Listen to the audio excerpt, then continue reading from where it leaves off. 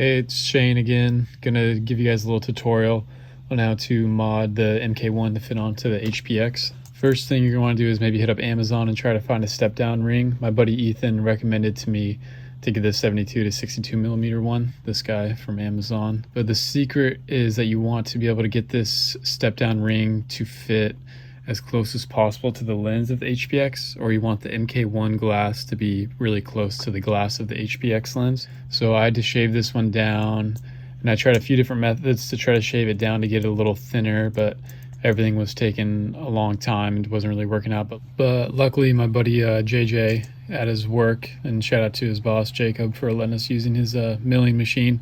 This definitely saved a lot of time, shaved it down pretty quickly.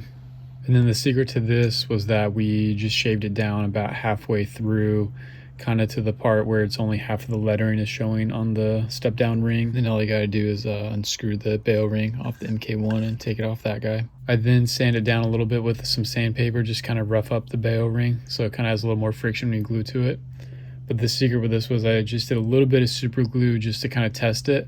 That way it wasn't too stuck on there if I needed to break it off and kind of recenter it.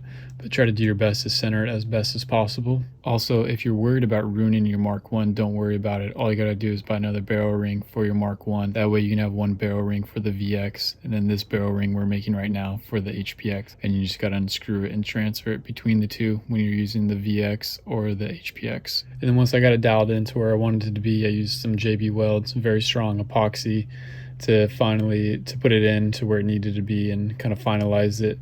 But be careful when you do this. Try not to put any of the epoxy on the actual threads of the step down ring. Got to be very careful with that. I just use a little tack to kind of slowly get the epoxy into where I need it to be. And then after that, you're pretty much all set. Just put the bail ring back on and screw it in. And then I did a little test side by side with the VX. Here's the HPX and the VX next to each other, pretty close to each other, and about the exact same distance and whatnot.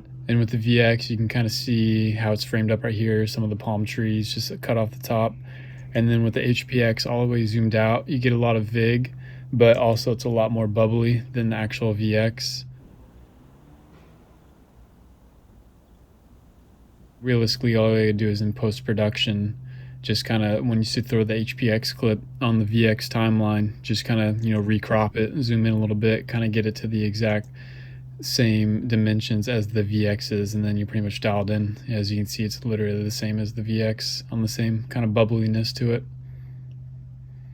And then you can also, film in 4x3 with the HPX, 480, do 30p or 60i, whatever you want. And then, you can even film it in 720 60p. You can see as here is the 16:9, but you can just throw that onto a 4x3 timeline and just recrop it, zoom it in, and get it to where you want, where the VIG looks good and everything.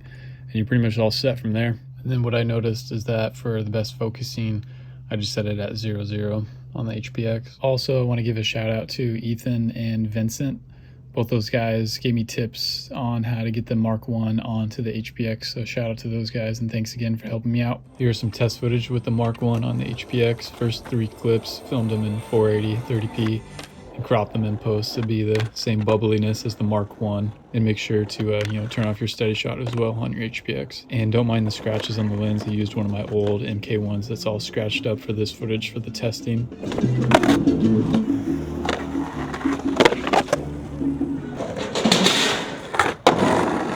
The next 3 are filmed in 720 60p, and I cropped those in post to also make those the same bubbliness as the MK1 on the VX. And hopefully this video was insightful. If anyone else has any other tricks or tips on modifying their MK1 to go on their HPX, feel free to leave some comments below.